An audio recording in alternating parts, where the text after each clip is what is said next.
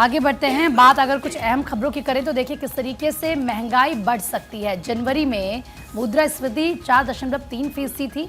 इसके अलावा देखिए हम आपको क्योंकि पूरी जानकारी दे रहे हैं, 5 महीने के सबसे निचले स्तर पर ये है। आवंटित वस्तुओं का जो मूल्य है, जो प्राइस है, वो बढ़ जाएगा। तो रुपए में गिरावट से महंगाई बढ़ सकती है। आम लोगों पर इसका सीधा सीधा असर पड़ सकता है।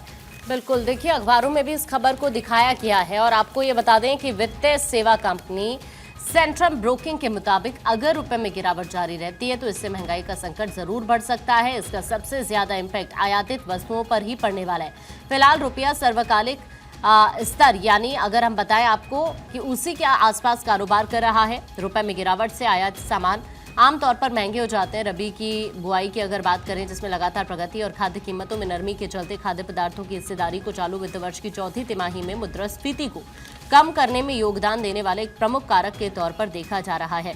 जनवरी में भारत की खुदरा मुद्रास्फीति 5 महीने के निचले स्तर यानी 4.3% पर थी। ये आरबीआई के 2 से 6% सीमा के बीच में बनी हुई है। मुद्रास्फीति में कमी का एक प्रमुख कारण जो निकल कर आए, खाद्य कीमतों में गिरावट आना भी बताया जा रहा है।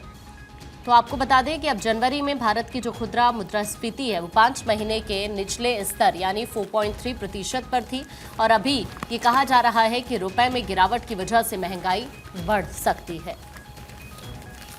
और देखिए सोना आसमान को छू रहा है। रोज ट्रेडिंग सेशंस में रिकॉर्ड ऊंचाई पर पहुंच रहा है। सोने की कीमतों में लगातार तेजी देखने को मिल रही है। 2023 और 24 में सोने में तेजी देखने को मिली और अब आप लगातार देख रहे हैं कि 80,000 के पार सोने का इस वक्त दाम हो चुका है। और जिस हिसाब से सोना इस वक्त बढ़ रहा है, ऐसा लगता है कि बहुत जल्द लाख को भी पार कर जाएगा।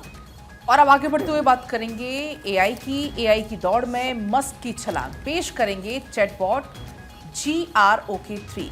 तो लगातार आर्टिफिशियल इंटेलिजेंस में एक के बाद एक नए कीर्तिमान गढ़े जा रहे हैं और ऐसे में अब एलन मस्क की तरफ से एक और बड़ी छलांग इसको माना जा रहा है। पेश करेंगे एक और नया चैटबॉट। चलिए आगे बढ़ते हैं। बात कुछ और अहम खबरों की करेंगे। अमेरिका में मौसम की मार। यूएस में कड़ाके की सर्दी के बीच 9 लोगों की मौत हुई है। भारी बारिश के कारण उफान पर नदियां हैं। सर्दी कड़ाके की पड़ रही है, तापमान गिर रहा है, जिससे 9 लोगों की जान इस ठंड की वजह से चली गई है। चलिए आगे बढ़ते हैं। नोएडा एक्सप्रेसवे पर अगर आपको बताएं कि यहाँ देखिए कई सड़कों की आपको बताएं कि स्पीड लिमिट में दरअसल चेंजेस किए गए हैं। यहाँ नहीं लागू होगा अब ठंड का नियम। तो ये नोएडा एक्सप्रेसवे को लेकर हम अपडेट आप तक पहुंचा रहे हैं, जहां पर अब अगर आप ट्रैवल करते हैं तो अब आपको जो सर्दियों के नियम हैं उनको भूलते हुए ही यहां पर ट्रैवल करना होगा। जो यहां पर सड़क की स्पीड लिमिट है उसमें चेंजेस को लेकर ये अपडेट निकलकर सामने आ रहा है। क्योंकि देखिए ये होता है आकांक्षा, जब सर्दी बहुत ज़्यादा होती है, कोहरा हो जाता है, विजिबिलिटी बहुत ज़्यादा कम हो जाती है, तो जो स्पीड लिमिट होती है गाड़ियों की उसको कम कर दिया जाता है, ताकि अगर गाड़ियाँ कोई एक से टकरा गई है तो पीछे इतना डिस्टेंस रहे कि फिर पीछे से जो गाड़ी आ रही है उसकी टक्कर ना हो। आपने देखा होगा जब बहुत सारा कोहरा हो गया था तो ये ऐलान किया गया था, एडवाइजरी जारी की गई थी, नियमों में बदलाव किया गया था। लेकिन अब आप देख रहे हैं कि गर्मी अच्छी खासी आ रही है, सर्दी भी जा रही है, कोहरा उतना नहीं पड़ रहा है, विजिबिलिटी उतनी लो नहीं है, मतलब सब कुछ दिखता है। और इसी वजह से एक बार फिर से जो नियम है उनको बदला गया है।